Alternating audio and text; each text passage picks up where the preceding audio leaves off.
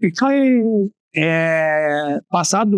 visto esses medos todos, e tendo a minha conexão com Deus muito mais profunda e com a certeza da existência, né? Como as pessoas dizem hoje, Deus não existe, né? Deus é, e Ele na minha vida hoje ele é muito presente, e com a certeza eu fui ressignificando cada medo, encarando cada medo e com a certeza, e vendo os porquês.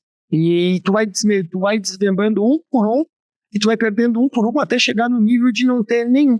Até que isso não é novo, né? Mas até me dizer que não tem nenhum. Vou simplificar para vocês. O mais forte deles era o medo de perder uma das minhas filhas. Eu tinha um amor e uma coisa tão forte por elas que eu tinha medo de perder elas.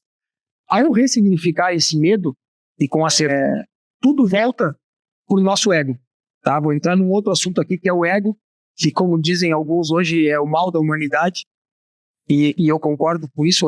Se as pessoas se derem conta que o ego delas é o que mais faz mal para elas, tudo vai ficar mais fácil. Mas então, primeiramente, o medo de perder a filha. Como eu pude ver que o medo de perder a minha filha era um medo de como eu iria viver a minha vida.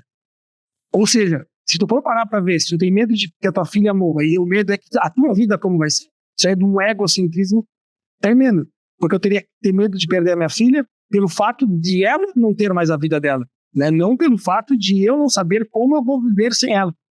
Então, à medida que tu ressignifica e que tu sabe que Deus deu uma vida para cada um, que a minha vida é a minha e a dela é a dela, e com a certeza que eu vou ficar muito triste se acontecer uma atrocidade dessas, né, de um pai perder um filho, mas é totalmente diferente de eu colocar a minha vida em jogo pensando em caso aconteça alguma coisa com elas.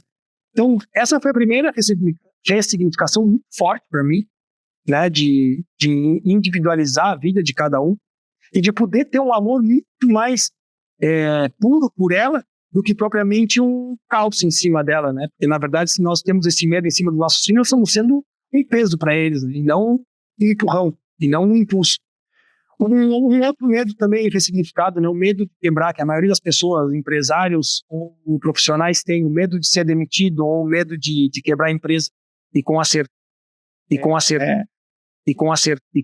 conhecimento que a gente adquiriu, hoje mesmo eu estou há 12 anos, já a minha empresa já quebrou 2 vezes, no ramo já voltei, cada vez que eu voltei cada vez mais forte. Então, como eu posso ter medo de uma coisa que eu já fiz tantas vezes e que eu, cada vez que for fazer, vou fazer ainda melhor? E com acerto. Vou citar uma história aqui de uma amiga minha, tá? Ela era vendedora de pão quando era novinha, 14, 15 anos, vendia pão de casa em casa, e hoje ela tem uma empresa que vende seguros e é corretora. E conversando com ela estava e com a chance de estava perigando quebrar, estava passando por dificuldade e estava muito, muito nervosa numa busca por Deus, né, naquela angústia. E eu perguntei para ela se ela tivesse que voltar a vender pão, ela venderia aquele pão muito melhor do que ela vendia antigamente ou pior? Obviamente, ela me disse que ia fazer muito mais dinheiro vendendo pão como ela começou. Ela tinha muito mais conhecimento sobre venda, sobre negócio.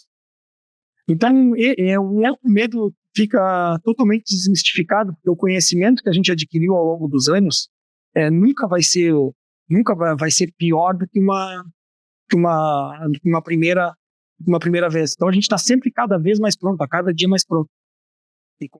Um outro medo que eu tinha era de ser traído. Acredito também que muitos casais, né, como homem e mulher, têm esse medo também. A ser um pouco empurrado pela sociedade, um pouco empurrado pelo falso eu que está dentro da gente. E com a eu ressignifiquei isso principalmente me entregando de corpo e alma. Eu posso citar uma outra história aqui de uma pessoa muito próxima de mim também, que sempre reclama dos relacionamentos, reclama de amor, até dos próprios amigos, e as pessoas não têm carinho por ela e não têm amor por ela. E eu questionei ela no seguinte: o que tu dá pelas pessoas? Tu te entrega plenamente? Tu entrega todo o teu amor para as pessoas? Tu entrega todo o teu carinho? As pessoas deixam o teu tempo para fazer o bem pelos teus amigos ou pelos teus familiares? Obviamente que essa pessoa não tem o que responder, né? Mas cobrar o outro é muito fácil. Então, no relacionamento, eu decidi que a Alice era minha esposa, que era com ela que nós tínhamos filhos e era com ela que eu ia morrer. E eu coloquei ela acima e com acerto das nossas filhas. porque as nossas filhas vão sair de casa. E eu e a Alice vamos ficar até velhinhos os dois juntos. Então, eu botei a esposa à frente das filhas. Eu acredito que o relacionamento homem e mulher, ele é acima dos filhos. Os filhos vão construir as suas próprias famílias e nós vamos ficar, o homem e a mulher ficam, a família deles é ele e ela. Então, a minha família é assim hoje, em relação a meus pais, e acredito que as minhas filhas vão ser assim também. Então, tudo tem a ver com a entrega, né? Entrega plenamente e com acerto, sem cobrança, sem nada, sem ego, e forma uma unidade familiar entre homem e mulher. E aí não tem espaço para desconfiança ou para acreditar em alguma coisa. Então, sobre a preocupação de empresa, sobre a preocupação de quebrar, a preocupação de não ter o que dar para o meu filho, Jesus mesmo fala na Bíblia, num dos sermões dele, que ele diz: não se preocupe, que o Pai Celestial alimenta as aves. Ele não vai alimentar vocês, não é vocês, e com a ser muito superior às aves, com a ser muito mais importante o teu corpo do que tu vestes, e a tua vida do que tu comes. Então não te preocupa, o Pai Celestial vai te alimentar.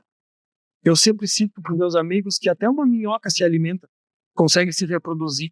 Como é que a gente vai ter medo de faltar comida ou medo de não ter aonde ficar, onde morar?